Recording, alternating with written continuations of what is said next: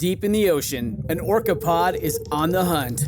But these aren't your average orcas. These guys are organized. Marketing team, did you get those social media posts scheduled for the SEAL migration? Aye, Captain. We even have an automated notification for all pod managers when they go live.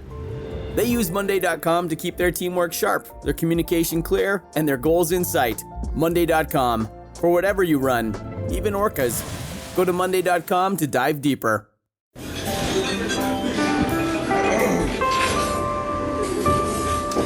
Well, I don't see the point in waiting any longer. So let's bring her out. The star attraction, the one you came to see.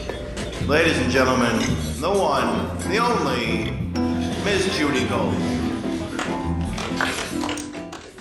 You're doing all your stand-up, how do you meet Cynthia? I meet her at the comic strip.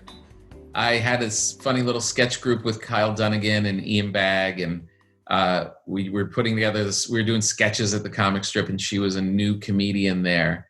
And I was standing with Ian Bagg, and she came up. How old are you at this point? I'm like 32. Okay. And she comes up and introduced herself. And I guess I was like 28. And she came up and introduced herself and asked if she, could be in the sketch group or whatever.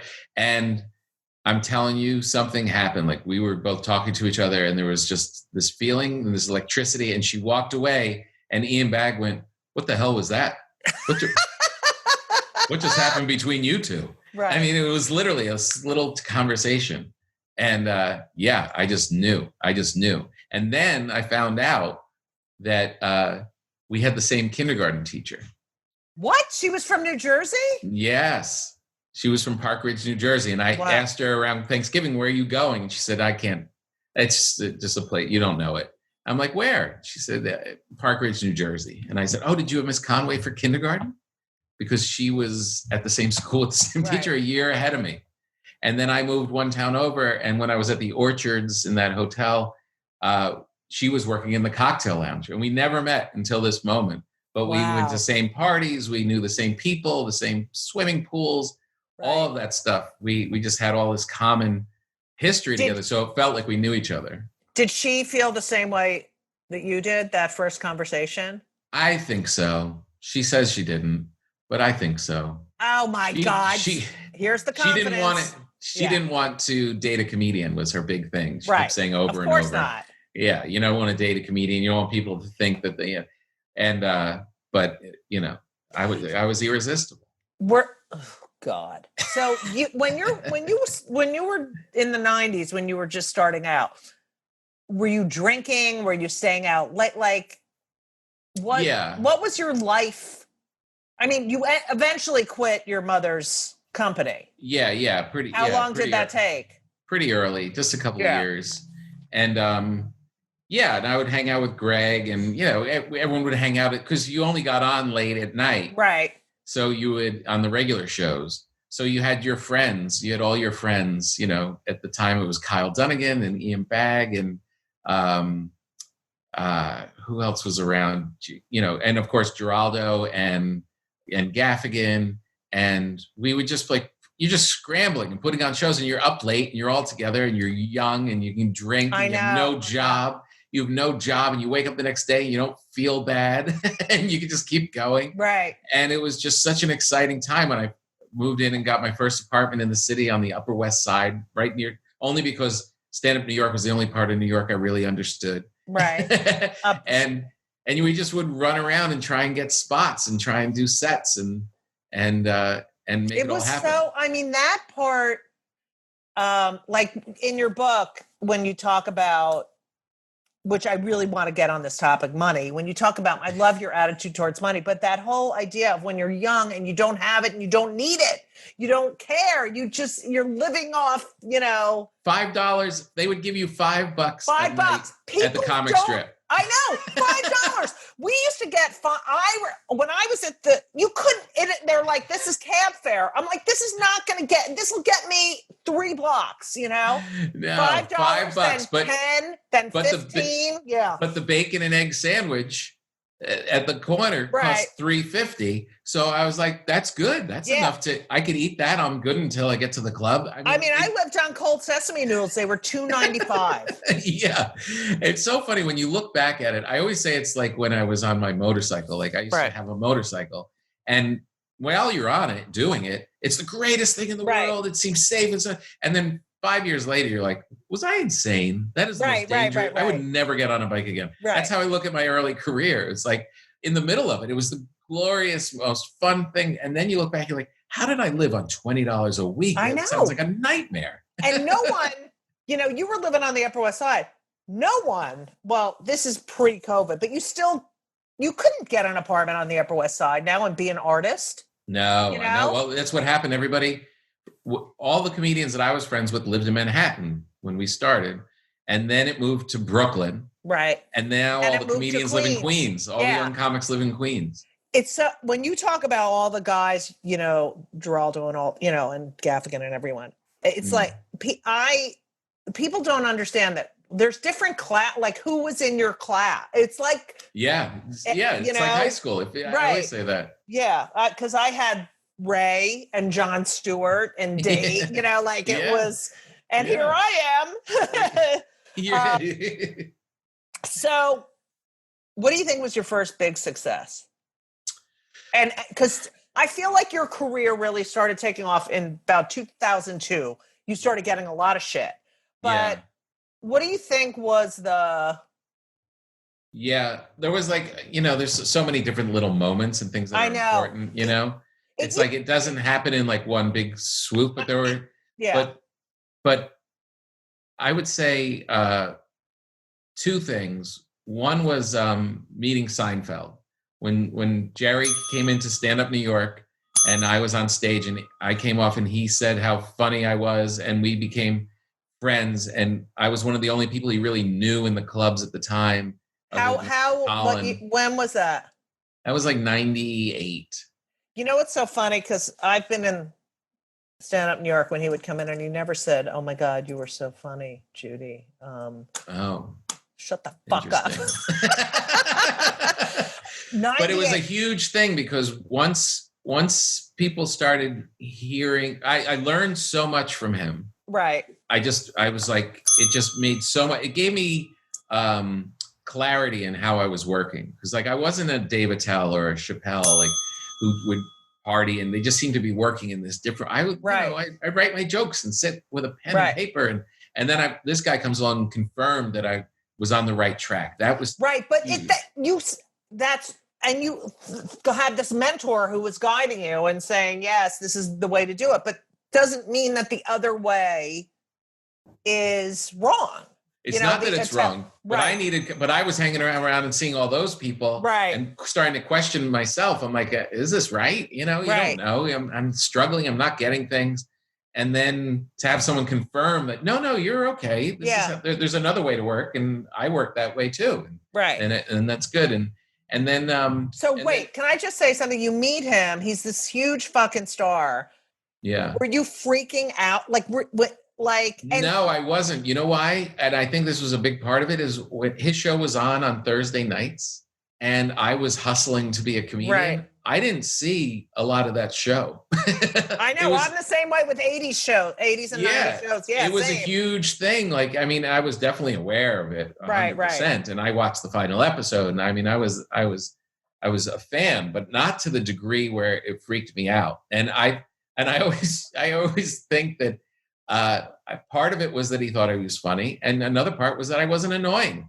I wasn't like all fanboy and kind of And did you make an early decision not to be dirty? It wasn't really a decision. It just was my nature. I don't really swear a lot. And in early days, I would swear on stage because I thought I had to. You had to, right. And I wasn't a good comedian and I didn't have a lot to say. And so I would do like a semi-dirty joke and it just never worked. It was like... It didn't feel right? It didn't feel right. And then I just, if it's not in my life, why is it in my act? I'm not... That's so funny because my mother, Judith, why do you have to curse? Yeah. And she would say, Bill Cosby never curses. I'm like, okay, great. But Yeah.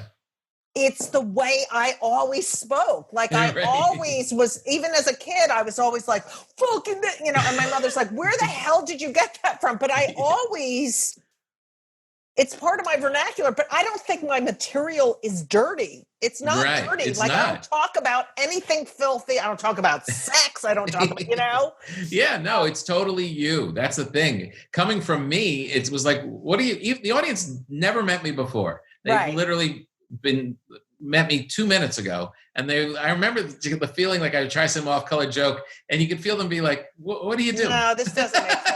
Yeah, it's like cognitive dissonance. So so after you meet Jerry, does he ask you to open for him? And like, how does that relationship blossom?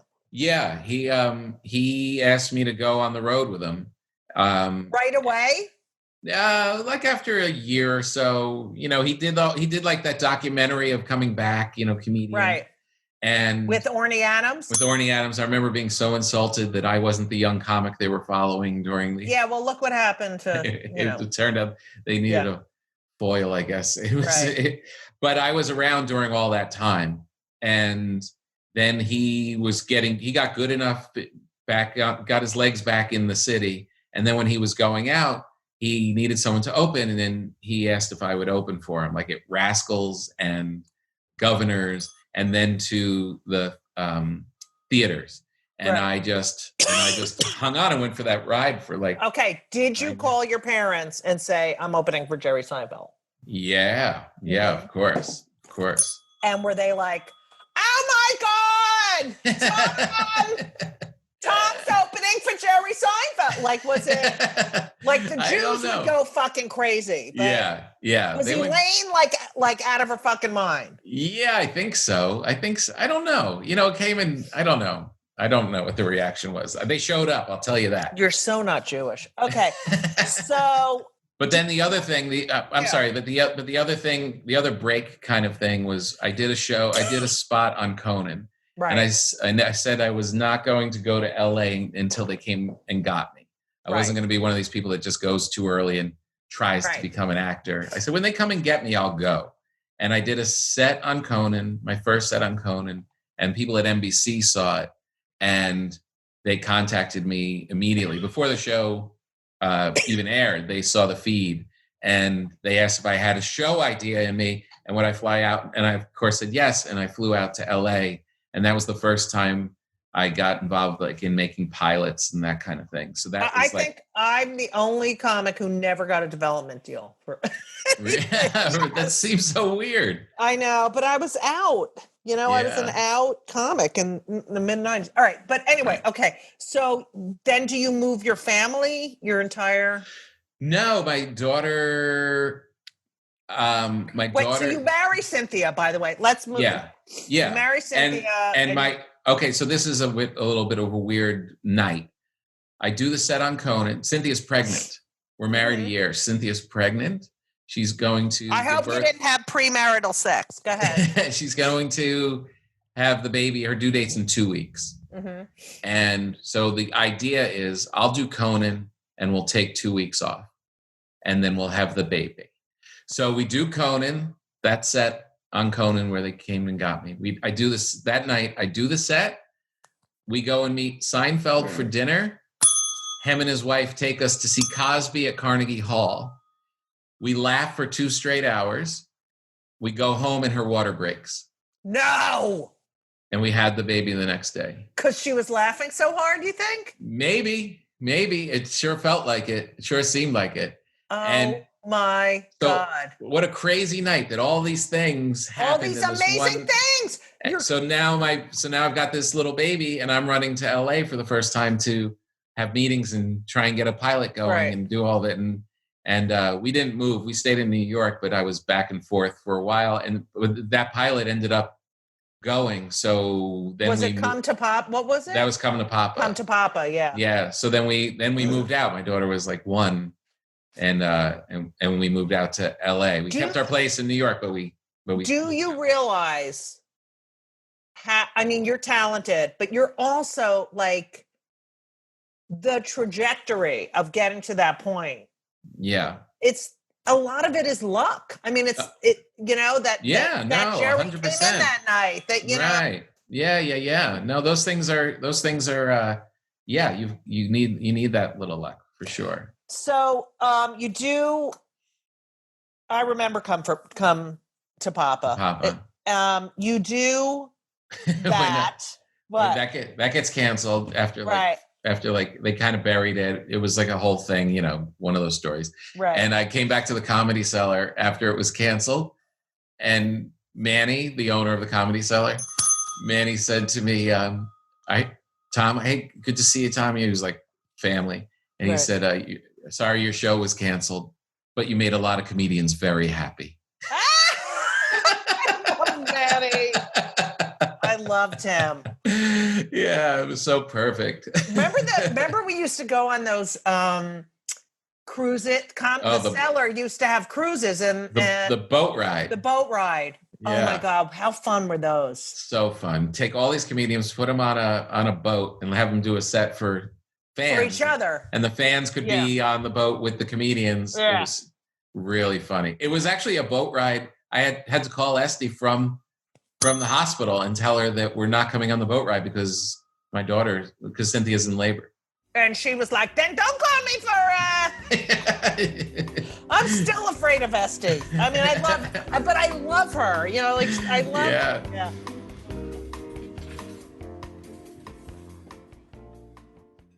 This episode is brought to you by Progressive Insurance. Do you ever find yourself playing the budgeting game? Well, with a Name Your Price tool from Progressive, you can find options that fit your budget and potentially lower your bills. Try it at Progressive.com. Progressive Casualty Insurance Company and Affiliates. Price and coverage match limited by state law. Not available in all states. So you move out to LA. Does everything kind of go in this COVID-19 upward?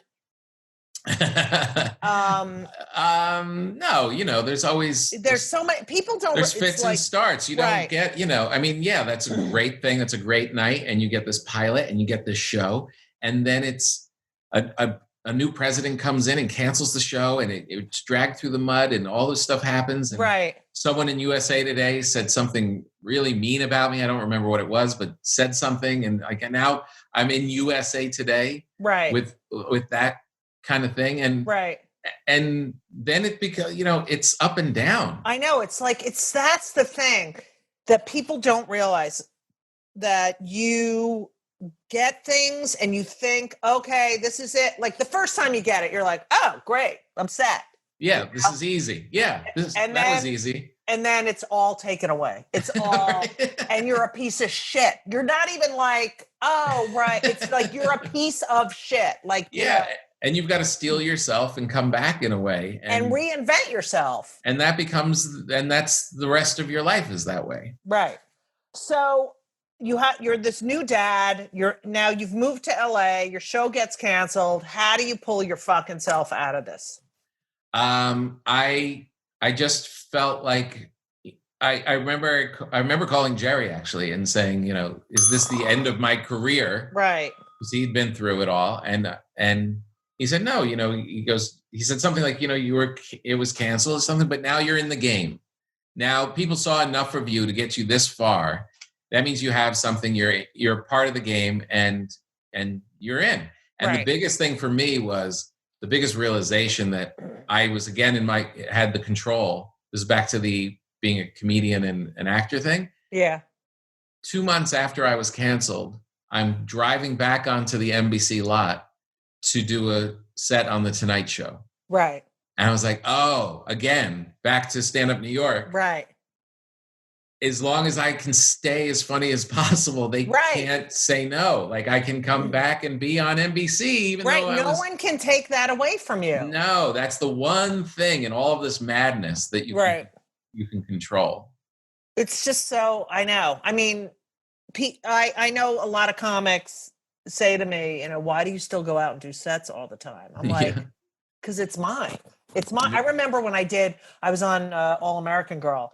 And I remember thinking, the Margaret Cho sitcom, and I remember thinking, oh, once I get on a sitcom, I'm not going to have to do stand-up. And it's like, I couldn't wait to go out at night, and because the fucking writing was so bad, you know what, it was just. Yeah. No, stand-up is what we are. Yeah. So you have morphed into, you do so much different. Like, I love that about you. Mm-hmm. Radio, TV, baking, author, writer, comedy writer. It's like, it's amazing. Yeah. It is amazing. Yeah. Well, I feel lucky that we could get to do it. Right. And, and if people keep letting me write jokes and keep letting me be on the radio and let me do all this other stuff, I'm going to do it, and the writing's really taken over. Like I just love writing. Yeah. So I never loved sitting around writing until the past, I don't know, 5 years, 10 years. I don't know what happened. My brain moved in a way. Yeah. Well, I think you get better at it. You get better at telling stories, and you know how to do it. And you also have a life. You have stuff to perspective. You don't have to write about eating noodles in an apartment anymore. Right. You have a full life, and you feel, you have stuff to say, and your craft is better at the same time. And it's just more enjoyable. It's like you actually see yourself getting something out of the process of writing. Right. When you did, so Jerry had a show called The Marriage Ref where you were the host. I did a test show. It was me, Andy Cohen. Who else? Someone else. Yeah. And I felt like, I remember watching you and I'm thinking, oh my God, I feel bad because I feel like he wants to be himself, but I remember because it was like Jerry was there and the network was there, and because it was a test thing. So it was like, oh, and I felt like, oh, I wanted to hug you and be like, oh. It was like that the whole run. Yeah. It was like that the whole way. It was, it was. So, I wanted to just kind of be myself and be funny off the cuff and do stuff. And Jerry had his very clear idea of what he wanted me to do. And he was the boss, and there was other people involved. It was a very frantic time. Do you think that experience affected your friendship with Jerry? I don't know. I think we navigated it all pretty well. It was hard because then the show got panned by critics and stuff, and it was all on him. They didn't even know I was hosting. It was a Seinfeld show and all of that stuff. And I think it could have if we were different people. Do you think if you did it now on your own terms, it would be a different show, right? Yeah, it would be different. And a lot of people don't know this. Since that time, you have officiated some amazing weddings of comics, and you'll be doing mine very soon. Yes. I mean, who the hell knows? All we do is fight. All we fucking do is fight. Your foray into radio, mm-hmm. Did you get an offer from Sirius? Like, how did that happen? Because now you're like Mr. NPR, and it's and why the fuck can't I get on? Wait, don't tell me why. I don't know. Have you tried? Yes. So I did the Downtown Seder with what's his name, the host, Peter Segal. Yes. And I was like, I really, and he's from New Jersey. Like, come on. And then why don't they put you on? I don't know. I would love that. I would be perfect on that show. You would be great. Yeah, you're definitely one of those comics. Right. 100%. And now you're guest hosting? I got to guest host it. It was it great. Fucking amazing? It's crazy. It was like, what do you mean I get to... I had the same reverence for the show that you have. Like, I loved it. I just saw Paula Poundstone. It was just... Right. I would drive around and hear it. And I was just like, this is insanely good. And why can't I get on it? And I finally cracked it and got on several times over a couple of years. How the fuck did you crack it? I I don't know. I think because my agent was involved with he knew the people there pretty well, and would give them my agent is why. My agent is Paula Poundstone's agent. So he had a relationship with the show for a while. So it got me. I mean, I had the same frustration. I remember I was in Chicago and doing an interview at NPR, and they came up and asked me, they said, introduced themselves like, oh, here's when it happens. I get to get on the show. And all they asked me about was Seinfeld. If I could help them get Seinfeld. God, don't you hate that? Like, I have that with Rosie. Yeah. It's not so I didn't get on the show for another 3 years after that ask. I mean, it takes a long, sometimes it just takes a while. You give me such hope because, you have a Netflix special, hilarious. And I told you when I was doing, because you have a radio show with Fortune. Yeah. You love, and you're very good with the lesbians. I have to say. Love them. You love lesbos. It's so great. I just love that you love women so much. What would you do if one of your daughters was a leslie? Would you care? I'd be happier. That's what my son said. I would. Henry's like, I want my daughter to be. I don't want her to be around men. But she's not. He's not even even close to being. He's 23, but he's like, oh, my daughter better be a lesbian. Yeah. You said to me when I was doing your show with Fortune, I was like, I've not had a comedy special in 10 years. Yeah. 10 years. Yeah. Comedy Central decided I was too old, and that was it. And it was like, I have so much material. And I said, Netflix said I don't fit the algorithm. And you were like, nah, don't even listen. It's going to. Yeah, you can never listen. And now Comedy Central, they fired everyone. Yeah, I know. They're all gone. Right. 800-pound gorilla. I love them. That's the way to do it. Yeah, I did. Do a special with them and post and just put it up and let people see it. Yeah, I did 2 albums with them. So yeah, I love them. That's the way to go. You don't need people to say yes to you anymore. Right. Which is that thank you to Louis in a way for that. He kind of started that whole do-it-yourself thing. Yeah. Well, yeah, he was smart about that. But but the technology was there. The technology made it so. Right. And when he thought up the idea of, I'm going to produce this myself, he was masturbating when he thought of that. All right. Anyway. He was so excited by the idea. Yeah. You also are part of the NPR show with what's his name? Live from Here, who plays the mandolin like a fucking nobody's business. Yeah. And you're writing these books, and I have to say, your radio show, which is sort of like an old-fashioned radio show, I fucking love doing it. It's so great. Is it once? You're the greatest. Yeah. No, you are. It's once a month. Once a month. No, I mean, at that show, you are. Oh, I love doing it. I love it. I think it's so clever. Your Andy Rooney thing never gets old. I have. You're just a fucking delight.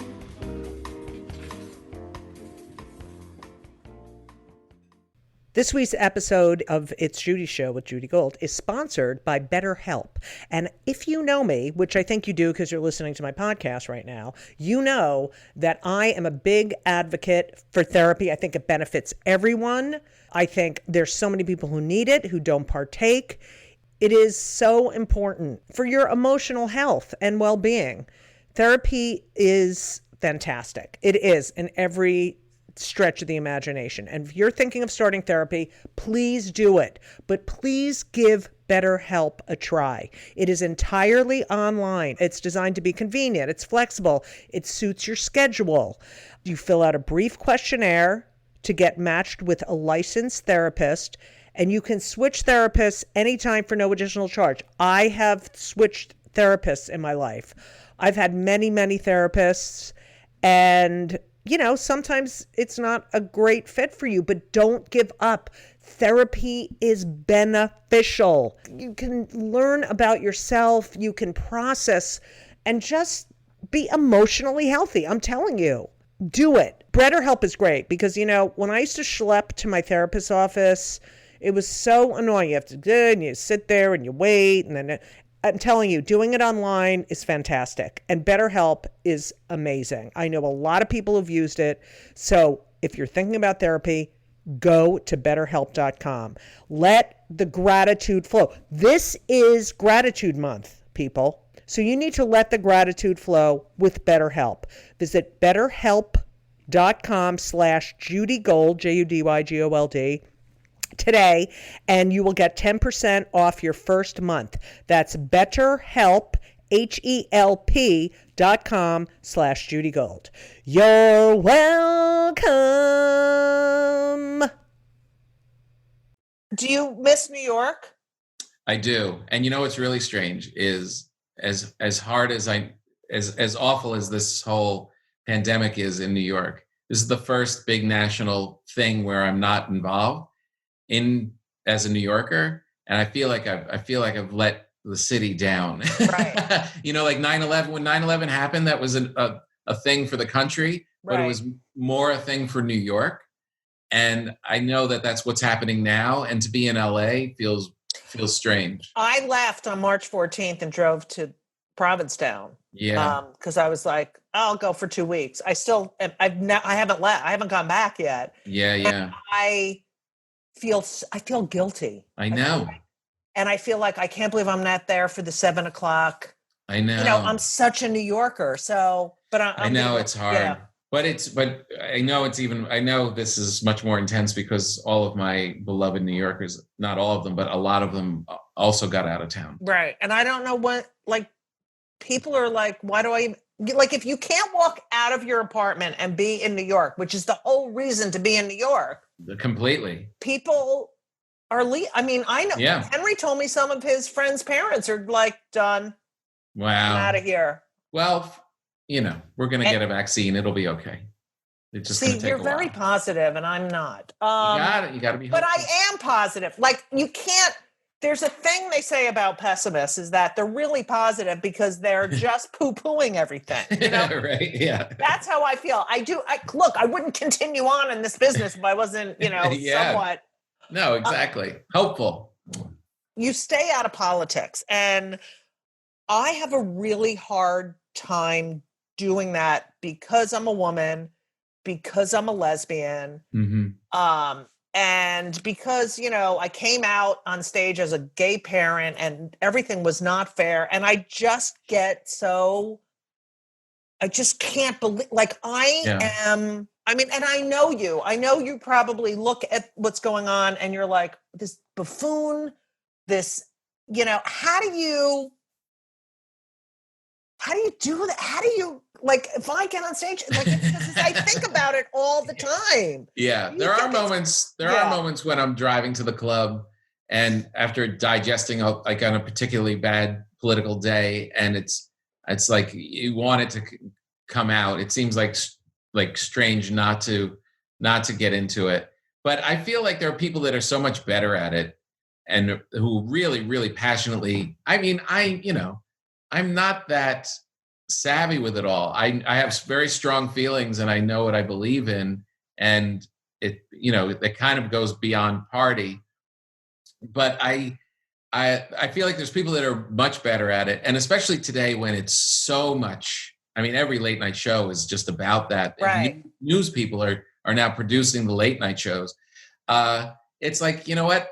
They don't need my voice added on to it. Right. They don't need a lesser version. But you don't, do you think if you were vocal about your opinions that you would lose fans? I get so much hate mail that it's beyond. Yeah, I would definitely be part of that scrum. Right. And you know what? The thing is, they sense it. Leno actually gave me the advice because you don't have to say what your beliefs are. They know it as soon as you get on stage. They know who you are. And it's true. When I go on shows, if I go on Rogan or if I go on different shows, people are guessing what you are and attacking you anyway. Right. You know what I mean? So no one's. One time I did Larry Wilmore's show. I did Opie and Anthony in the morning, and all the fans were calling me this liberal hack. Right. And then that night I did Larry Wilmore's show on Comedy Central, and everybody after that show was calling me a right-wing zealot. You can't. So I know. So can't people are please just anyone. waiting for it. So I don't know. I want my That's why I miss Tough Crowd. I really do miss that. Yeah, That was me the best. too. That was the best. All right. So I always ask my guests 2 questions before we hang up. Okay. Number 1, which I think I know the answer to. Okay. We're very pro mental health. Mm-hmm. No stigma whatsoever. Yeah. Have you ever been on antidepressants? And which I'm going to assume not. And I know you meditate. So what do you do for your mental health? Yeah, I would say that's it. I've never been on antidepressants. I've never been to a therapist. What? You've never been to a therapist? You're so fucking lucky. I know it's luck. I'm totally aware of that. When I was in high school, I remember waking up and if I would wake up and be cranky, I knew I could snap myself out of it and go have a good day. I'd be like, I would tell myself, let's go, snap out of it, let's go. Right. And that's probably sports too. Helps you with that. Yeah. Part of it's sports. And my family was my grandparents were like, be positive, enjoy the day and go do it, which is all great unless you have depression or chemicals in your head that don't help you. And then all the positive pep talks isn't going to work. Right. I'm totally aware of that, but I do get stressed.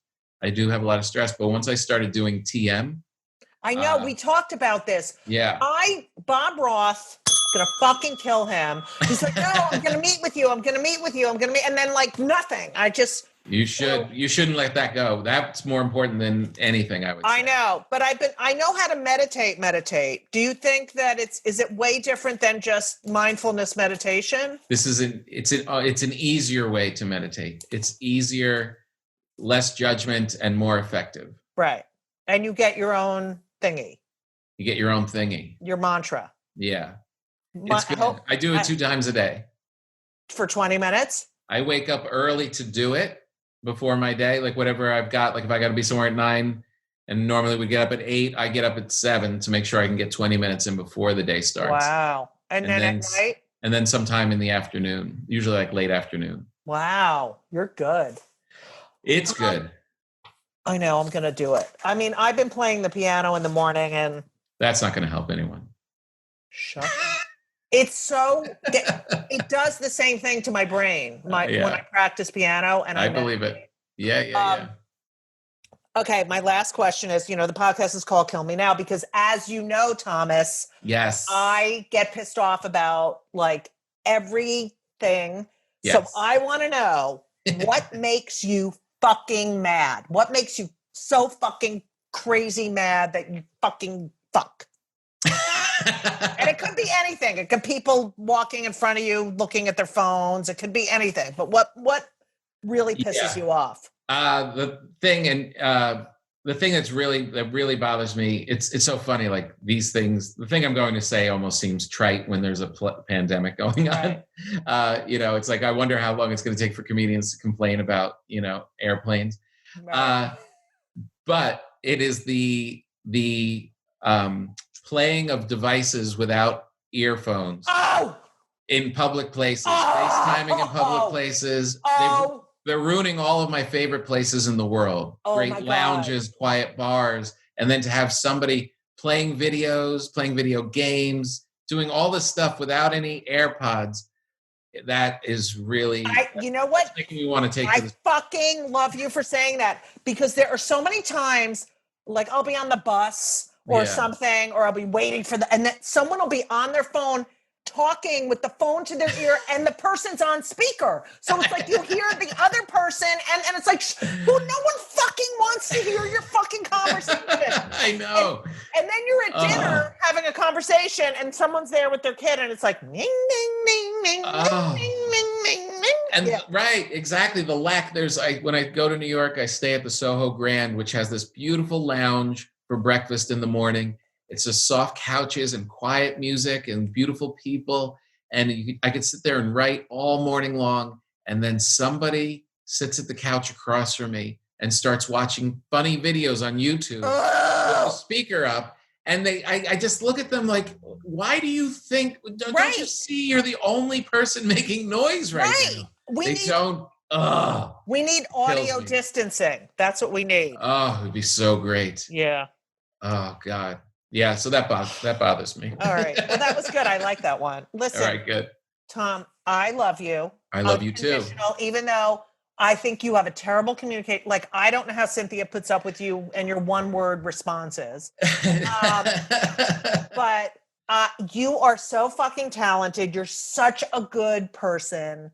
You are too. And I love you, and I love your family, and I can't wait to do your show again. All right, cool. And thank you so much. I love you. You're the best. It's an honor to be your friend.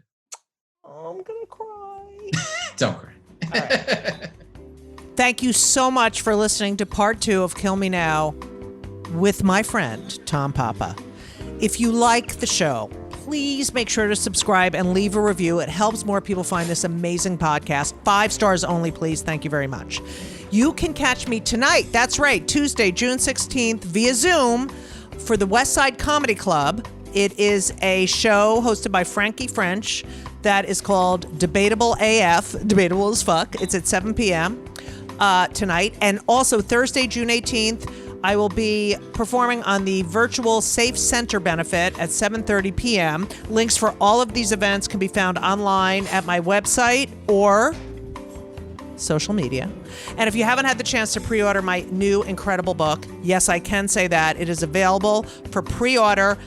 It'll be released July 28th, wherever you get books, Amazon, and I just recorded the audiobook, and it's really good. So, the book is great. Margaret Cho actually said, this is a quote, Judy Gold is the voice we need to cut through all the bullshit. I love her, and she always makes me laugh. We need her now more than ever. That's right, Margaret. So there you go.